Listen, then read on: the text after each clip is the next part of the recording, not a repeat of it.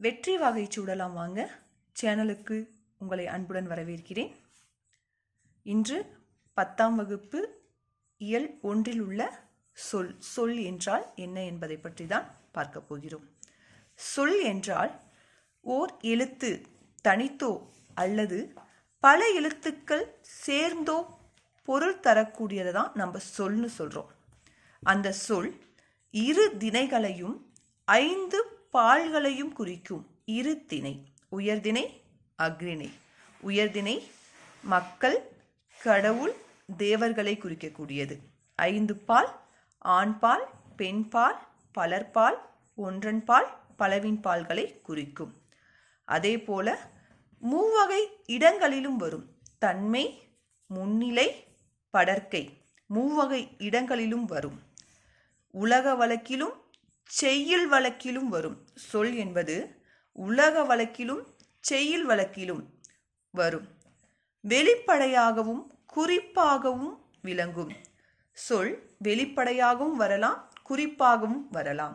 வாசலில் 5 கோலம் போட்டனர். இங்க குறிப்பா வந்திருக்கு. வாசலில் யார் கோலம் போடுவாங்க? பெண்கள் தான் கோலம் போடுவாங்க. போருக்கு 3 சென்றனர். போருக்கு செல்லக்கூடியவர்கள் ஆண்கள். இங்க குறிப்பா வந்திருக்கு.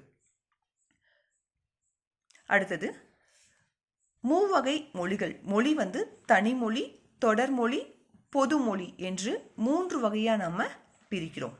தனிமொழி ஓர் சொல் தனித்து நின்று பொருள் தரக்கூடியது தனிமொழி என்று சொல்கிறோம்.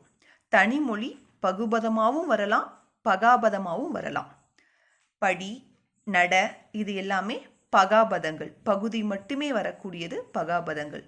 பகுபதம் பகுதியும் விகுதியும் இருந்துச்சுனாவே அது பகுபதம். தொடர்மொழி 2 அல்லது அதற்கு மேற்பட்ட தனிமொழிகள் தொடர்ந்து வந்து பொருள் தரக்கூடியது தொடர்மொழிகள்.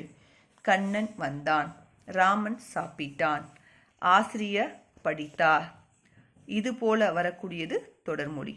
பொதுமொழி ஒரு சொல் தனித்து நின்று ஒரு பொருளையும் அதே சொல் பிரிது நின்று வேறொரு பொருளையும் தரக்கூடியது பொதுமொழி என்று கூறுகிறோம்.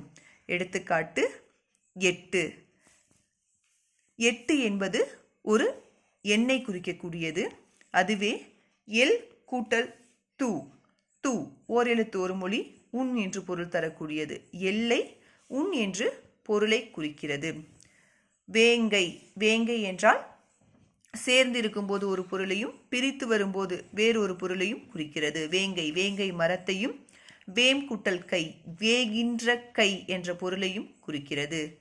அத்திக்காய், அத்திக்காய் ஆ கூட்டல் திக்காய்னு சொல்லலாம், அத்திக்காய் அப்படின்னு சொல்லலாம்.